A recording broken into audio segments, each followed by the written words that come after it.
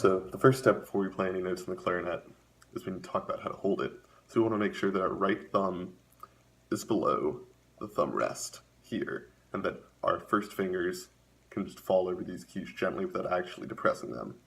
Our left thumb is going to be behind this thumb key in the back, and our fingers are also going to fall gently over these keys. You want to make sure to keep your head up as well. We also need to talk about our embouchure on the clarinet, or how we're going to be making the sound. So, you want to be placing your top teeth over top of the clarinet mouthpiece, and roll your top lip down, like so. On your bottom lip, you want to slightly curl your bottom lip over your bottom teeth so that they're not showing. You don't want to curl them too much so it's like this. You don't want to do it like this, where the teeth are still showing. It should be almost like a fitted sheet.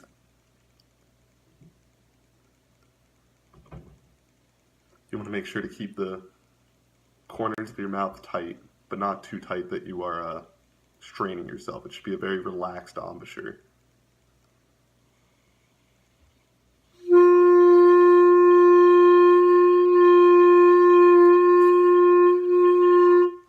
The first note that we just played was an open G note, and you want to make sure when you're playing that the sound is coming from the reed vibrating. So if you're having trouble visualizing how to create the sound, that is what you should be focusing on.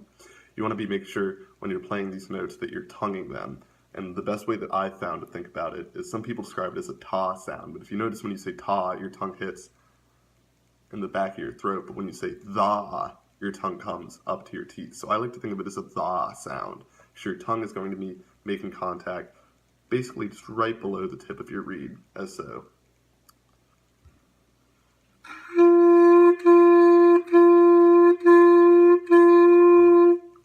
And so we are already playing our first G note on the clarinet. We're going to add in the note F by depressing the thumb key on the back with our left thumb.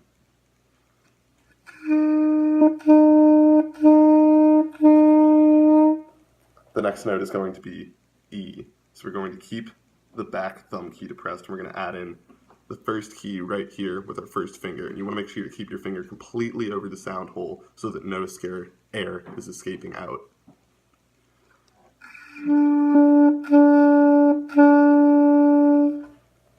Next note is going to be D. You're going to add in the next finger key while keeping these two depressed.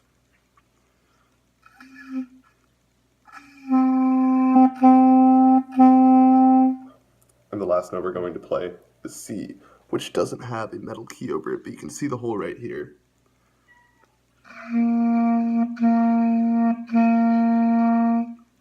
I'm now going to play assignment 25 out of the Accent on Achievement for Clarinet book, Dreidel, Dreidel.